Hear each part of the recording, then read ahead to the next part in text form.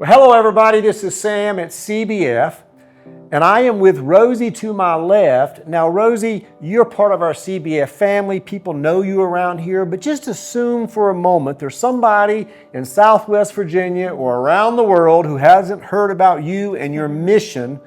Tell us a little bit about that. Well, my name's Rosie. In 2018, my oldest son, PFC James Dexter Morris, died by suicide. He was United States Marine Corps, developed mental health issues while he was serving and took his life.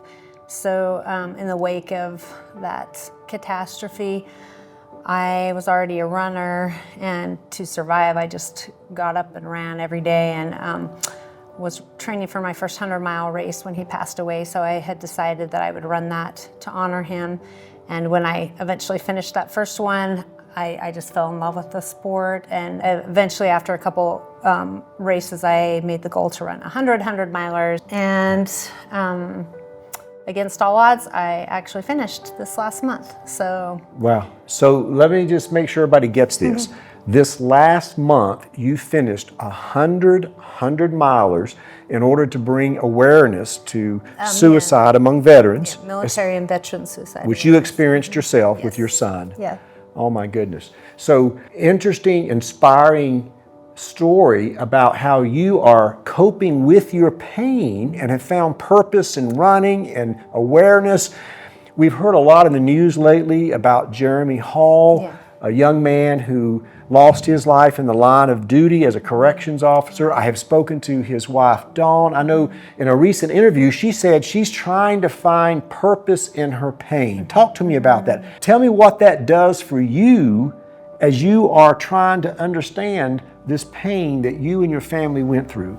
Well, it was a journey of wanting to serve and find meaning and purpose in my son's death. And I found that honoring through action, through physical fitness, and through effort, through not quitting, that it was a good way to memorialize him and his role in the Marine Corps and what he loved so much. Now, your very first marathon, I understand you did not finish it. Right. And tell me what went through your mind and how you connected that to maybe what your son went through. Okay, I quit at 60 miles because I was in a lot of pain. It was dark and I was sick, and I just couldn't imagine taking another step forward. And this was about a month after Dexter had passed away, and I went out to run this. This was my very first 100-miler. I went out to run it to honor him. And I couldn't take another step. It was just too hard. And coming to the realization that that was kind of where he was, he was in a dark place and just couldn't imagine taking another step. And so that I resolved to finish and show that even though you don't think you can, you can. You just got to keep pushing through the darkness. Wow. So that is such a powerful metaphor of what someone maybe has gone through in their own minds. And so thank you for what you're doing for veterans. I think we were saying maybe 22 or more per day lose their life because of suicide, and that's not counting maybe some addiction and drug overdoses and so on that they don't count. Right. Rosie, you help so many people. How can we help you? Well, you helped me a lot actually by letting me train at this beautiful facility, which I'm so grateful for. It's an expensive sport. I always appreciate, financial donations, but I don't expect them. I love when someone recognizes me at the grocery store and talks about my mission, or being able to talk about my son. That helps me. I have some local races here, so if people wanted to get involved and run our races, we use any profit. It's turned back into the effort to go out and run these 100-milers. So Rosie works at Food City here locally, helps support herself, and then she's gone and takes a leave of absence for these big runs. And you've got a big event here at CBF on Christmas Day. I do. Let's wrap up by telling us about that. All right. I picked Christmas Day because Christmas is like you said, it's so joyful, but it's also so difficult if there is someone missing from your table.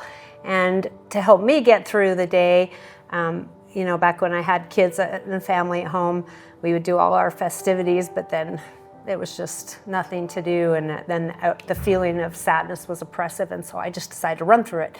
And the best way that I could think to do that was to represent other families who are also suffering loss on Christmas Day, and just remember them and know that somebody out there recognizes that it's not always happy and joyful, that there's also sometimes pain that goes with it. So, so I'll be running here at the gym 100 miles on the treadmill. So, on Christmas Day, 5 p.m., she'll start running. She'll be running all through the night, and the next day, of course, we're open the day after Christmas. We'll be open some on Christmas Day, but we're going to leave the doors open. If you are lonely and alone and you want to come and walk beside Rosie, just come and sit down and meditate and watch her run. She is running not only for veterans, but for anybody who has suffered loss during this time and this season of joy. So Rosie, thank you for what you're doing. You inspire me. Wow. That's our motto around here, live inspired. So you live inspired.